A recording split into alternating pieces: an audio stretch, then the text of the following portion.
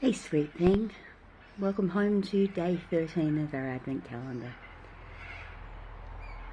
Come sit with me, make yourself comfy, and let's just check in.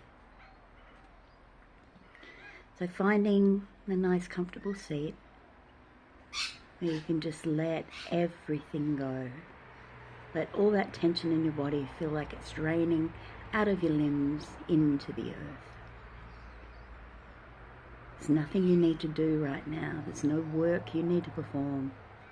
Your only task for the next little while is to sit and breathe and just let me put some good words into your head. So when you're ready, relax your gaze or close your eyes and take a nice deep breath in. Doesn't matter if it's through your nose or your mouth, just wherever feels comfortable. And then as you sigh it out, open your mouth and make a noise. Let's take a couple more just like that. Big deep inhale, filling the body with fresh oxygen. Sighing it out, letting something go. One more time.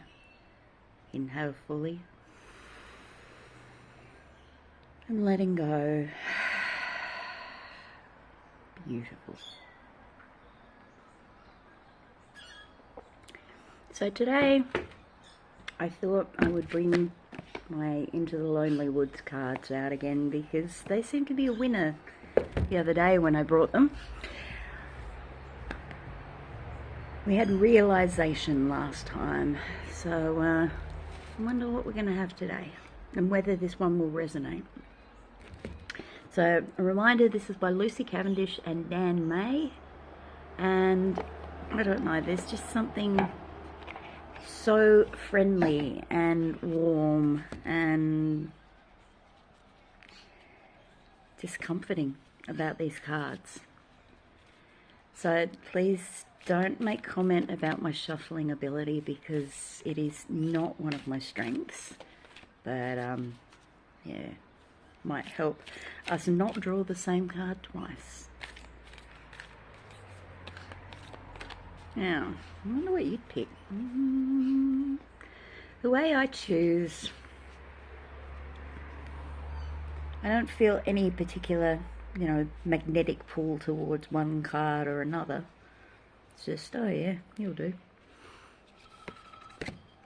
And that's all there is to me. For other people, I dare say there is something about feeling drawn to a particular card. That's not the way I roll. Oh, okay. We've got one called The Return of the Lost Selves. Isn't that beautiful? Owls show up in this deck a lot. Let's see what the book has to say.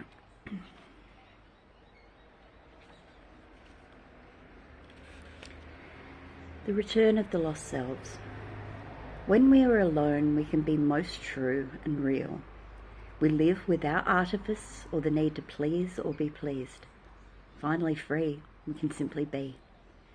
Do not make of this liberty a burden. Call back to yourself the wandering parts of your mind and soul that departed when they knew others could not understand them. Come together, be reunited within yourself, and feel the multitude of you. You are not one self, but many selves.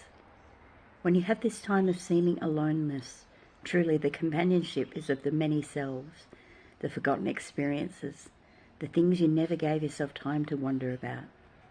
You will be unified by this spontaneous time alone. So I know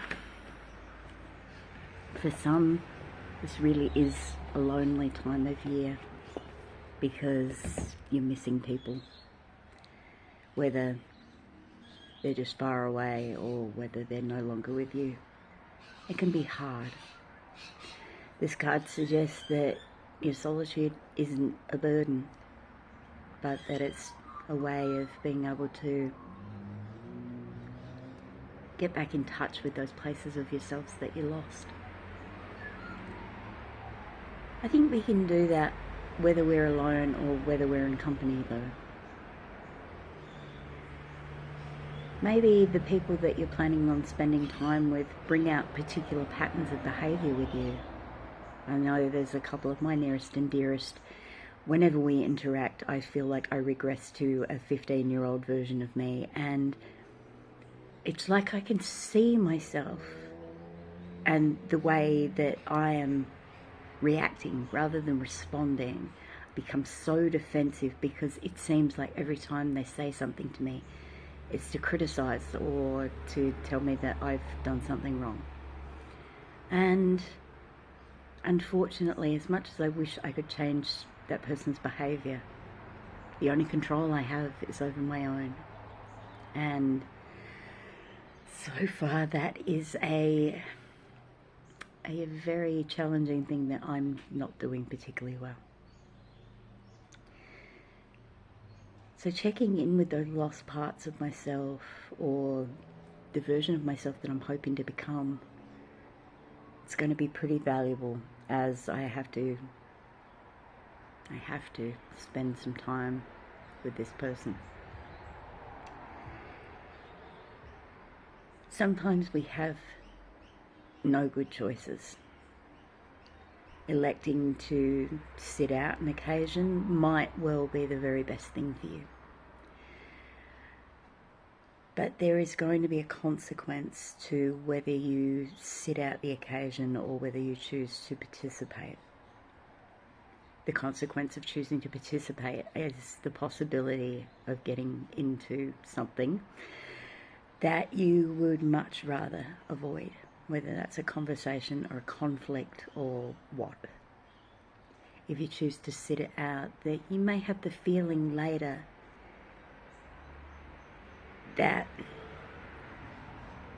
you avoided something that needed doing because you didn't have enough spoons, or however you choose to think of your energy. There is always a consequence to our actions, even when we're putting our own needs first. And sometimes there is nothing but shitty choices. Let's just acknowledge that fact. Sometimes, yeah, you've got to choose between a couple of really crappy alternatives. So all I can suggest is what I've been trying to do. I'm a chronic overthinker, but I'm just making a decision and seeing what happens. So I wish you all the love, and all the friendship and solidarity and support as you get in touch with these lost pieces of yourself. Knit yourself together whole again,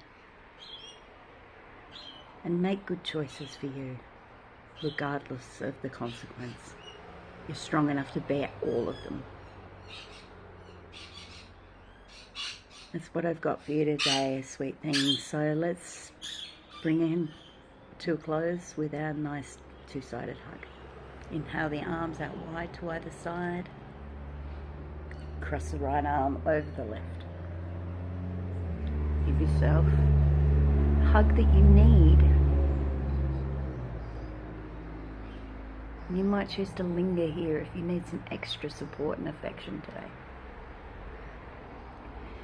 Inhaling the arms out wide for balance, and crossing the left arm on top of the right.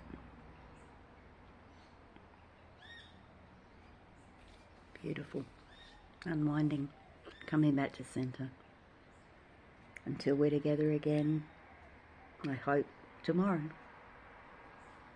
Mind how you go.